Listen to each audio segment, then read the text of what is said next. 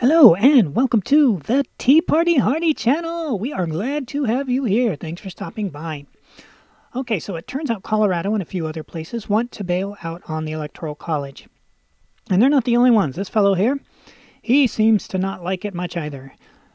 The Electoral College is the greatest threat to our democracy. Now, for those of you that know what the Electoral College is, and you know what the democracy is, that's actually kind of hilarious, because you can't have a democracy with an electoral college. And so, yeah, there's the joke. In fact, if you take a look over here, no, we'll look at that later. We'll save that. Okay, so let's come down here. It's still well under the radar, but the movement to circumvent the electoral college gained ground this week. On Sunday, Jared Polis, the governor of Colorado, said he would sign a bill to join the National Popular Vote Interstate Compact, whose members have pledged to give their electoral votes to the winner of the national popular vote. The Maine legislature, likewise, is mulling membership and will hold hearings to discuss the issue. So there's Colorado saying, yeah, we're cool. Get us out of here. And Maine is thinking about it also. Okay. Now, what do we got here? Of course, there are not enough votes in Congress or the state to pass and ratify an amendment abolishing the Electoral College, probably for good reason. Beyond the partisan politics, Republicans currently benefit from its distortions. I'm not sure what he means by distortions. I don't know what those are. Let's see. There's sentimental attachment to the institution tied to popular mythology about the Constitution. Okay, you might remember that mythology, the word means an origin story. So he's saying that there's a popular mythology about the Constitution. Good. I'm glad to hear that the origin story of the Constitution is still popular. I wish it was more popular. In this view, the Electoral College is one of the great compromises of the Constitutional Convention, part of the wisdom and genius of the Founding Fathers. With scare quotes. What on earth is he doing by putting Founding Fathers in scare quotes? That says a lot about our author.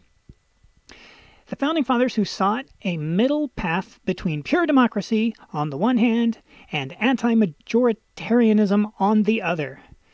Yeah, okay, so we were born not a democracy, we were born a republic. He does tend to forget that a lot.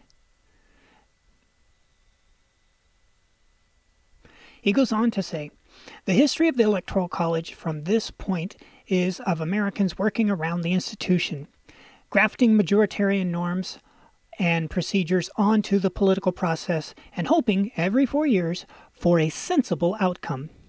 And on almost a regular schedule, it has done just the opposite. The presidency went to the popular vote losers in 1824 with John Quincy Adams. His opponent, Andrew Jackson, also won the most electoral votes. That is an interesting race if you want to go back and look it up.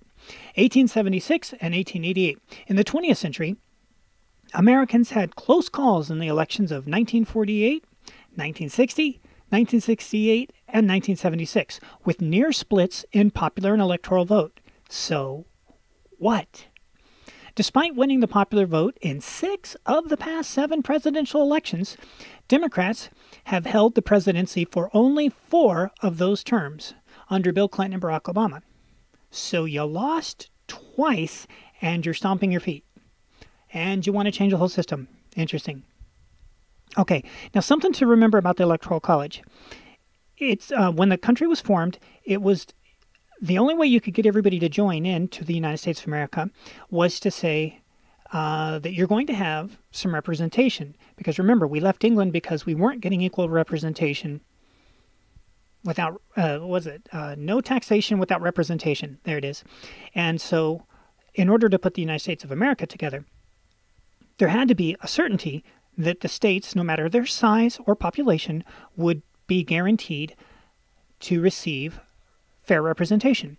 The way they came up with it was they said, okay, for the Senate, you can have 2, regardless of your population or size. And for Congress, you will get the number of congressmen in those days, based on your population. And it is the number of congressmen, or congresspeople in the modern world, that designates how many votes you get in the Electoral College. Now, if there are some states that don't go along with that and they have their own system, just put that in the comments below, please. Okay, but the point being, we were never a democracy. We were always a republic, and it was the only way to get the union to become a union. That's not going to change if these people are successful in unconnecting us from the Electoral College. The smaller states with the smaller populations are going to say, no thank you, no way, and you've destroyed the United States of America. Wow, well done. Cool. Now you can win more elections. But of what? The country's gone. So I don't think these people think this stuff through very well. It's not just the Electoral College that has changed a little bit over time, but also the Senate used to be, until the early 1900s, they weren't elected by popular vote either. They were voted by the congressmen.